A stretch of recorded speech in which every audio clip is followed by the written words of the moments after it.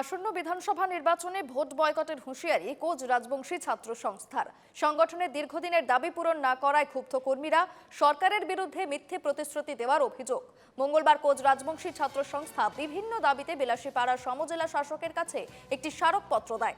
উল্লেখ্য, দীর্ঘদিন থেকে কোচ রাজবংশীরা পৃথক কামতাপুর এবং জনজাতিকরণের দাবি করে আসছিল, কিন্তু সরকার এখনো তাদের দাবিকে গুরুত্ব দেয়নি। এমনটাই অভিযোগ কোচ রাজবংশী ছাত্র সংস্থার।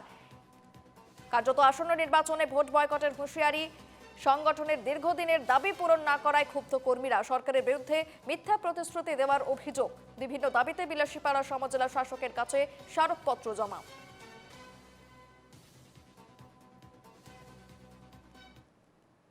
রাজবংশী জনগোষ্ঠীটোৱে আজি দীৰ্ঘদিনৰ পৰাই আমি আন্দোলন কৰি আহিছোঁ।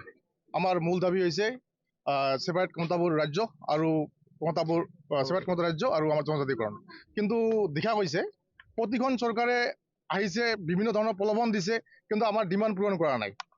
গতিকে আমি স্পষ্ট কথা, আমি আকাশ সংগঠনৰ পৰা স্পষ্ট ভাৱত আমি কৈছোঁ, হিমন্ত বিশ্ব শৰ্মাই যাতে নাভাবে আমি এনেকৈ সংগঠনটোক বা এনেকুৱা এটা খিলঞ্জীয়া জাতিক বাৰে বাৰে কিছুমান ভুৱা প্ৰলোভন দি প্ৰতাৰণা কৰি থাকিম। গতিকে আজি আমি এইটো উদ্দেশ্য লৈ আজি আমি আমাৰ বিলাসীপাড়া আয়ুক্ত অফিচত আমি মেমৰেণ্ডাম দাখিল কৰিলোঁ।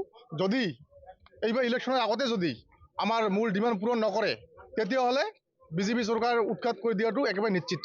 আৰু আমাৰ কোচ ৰাজবংশী যিমান ভোট আছে, আমি গোটেইবিলাক ভোট বৰ্জন কৰিম।